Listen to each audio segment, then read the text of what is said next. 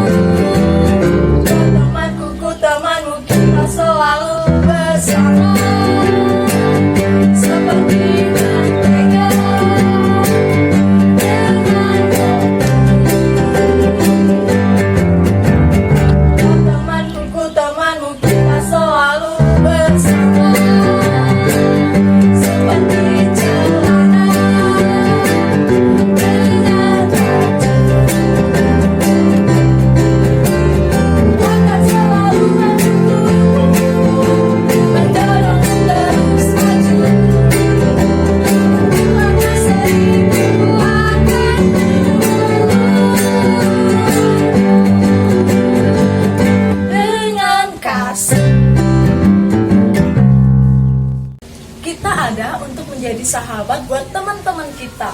Sebab itu Yesus ajarkan buat kita. Yesus adalah sahabat sejati kita. Nah, sekarang kita mau mendengarkan firman Tuhan. Kita akan menyanyikan Yesus sahabatku.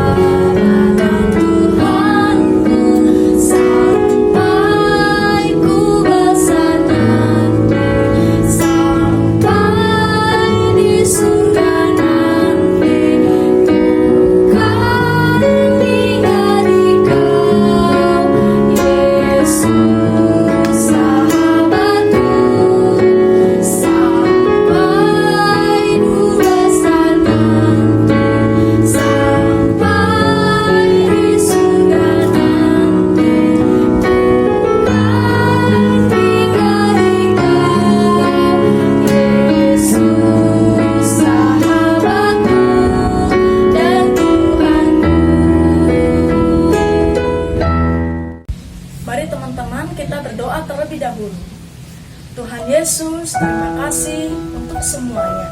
Tuhan, Engkau adalah sahabat kami. Engkau adalah teman sejati kami. Tuhan, kalau sebentar kami akan mendengarkan firman-Mu. Kami percaya Engkau selalu menjaga dan melindungi kami, keluarga kami, mama papa kami. Tuhan, kami siap mendengar firman-Mu. Ini doa syukur kami Tuhan. Haleluya. Amin. Selamat mendengarkan firman Tuhan ya teman-teman.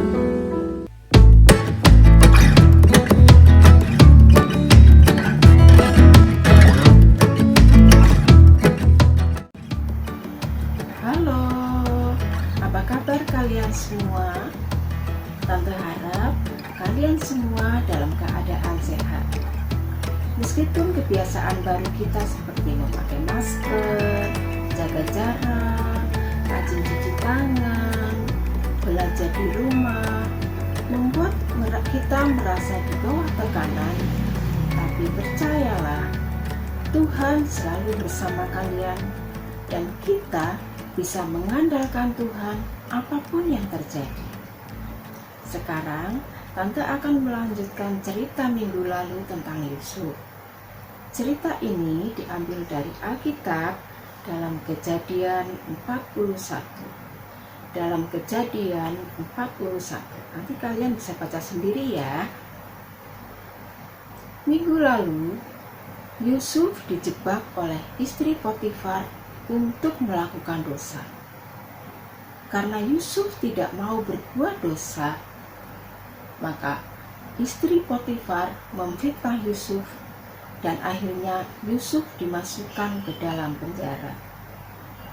Yusuf begitu dapat dipercaya saat berada di dalam penjara, sehingga kepala penjara menempatkan Yusuf sebagai penanggung jawab atas semua tahanan yang di situ.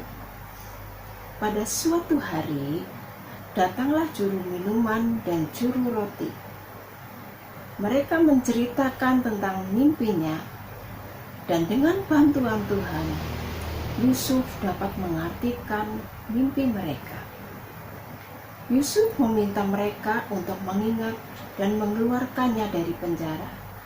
Tetapi mereka melupakannya dan Yusuf masih tetap berada di dalam penjara. Setelah lewat 2 tahun lamanya, bermimpilah Fir'aun. Dalam mimpi pertama, ada 7 sapi yang sangat sehat dan gemuk.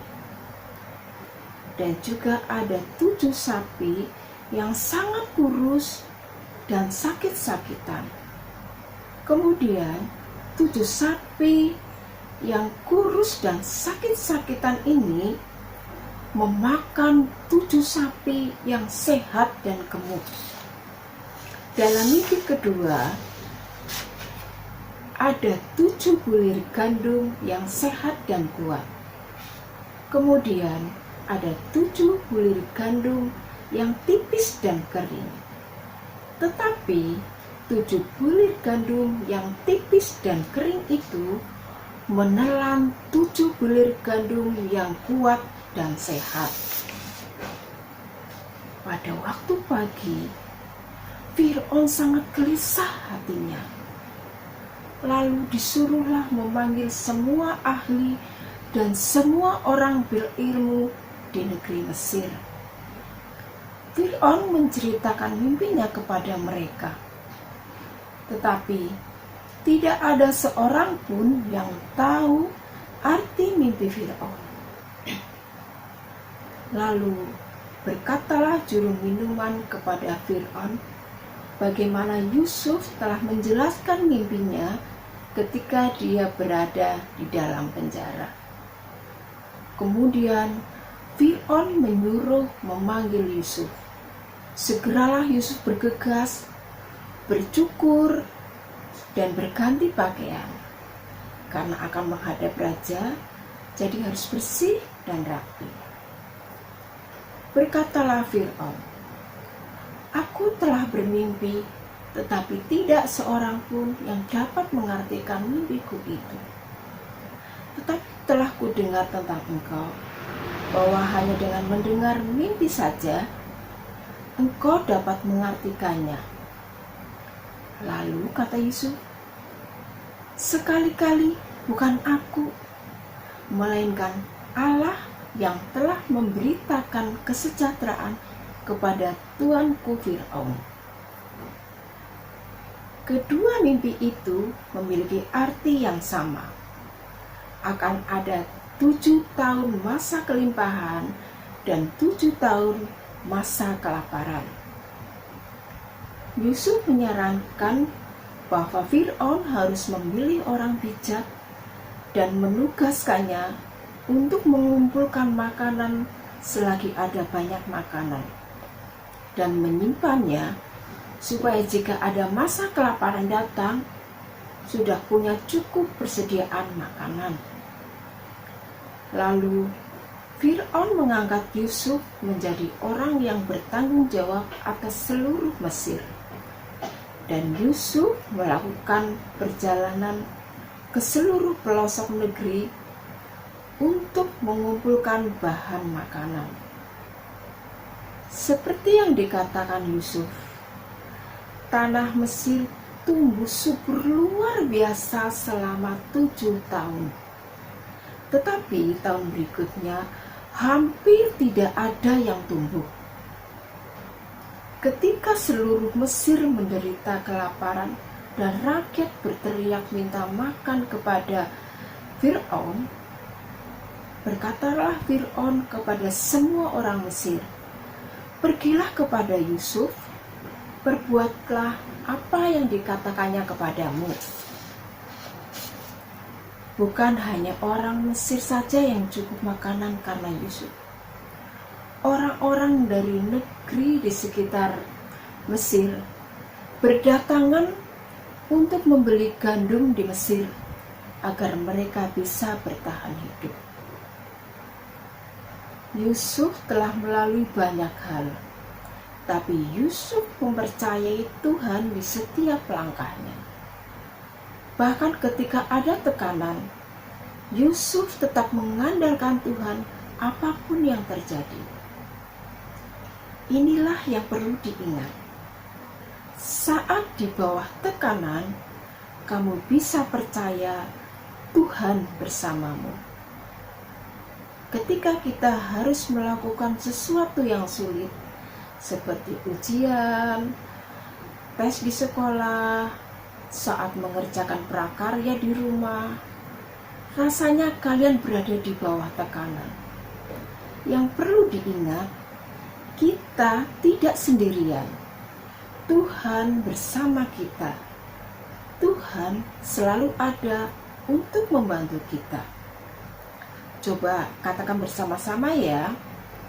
Saat di bawah tekanan, kamu bisa percaya Tuhan bersamamu. Sekali lagi ya. Saat di bawah tekanan, kamu bisa percaya Tuhan bersamamu. Ceritanya sampai di sini dulu ya. Minggu depan akan dilanjutkan lagi.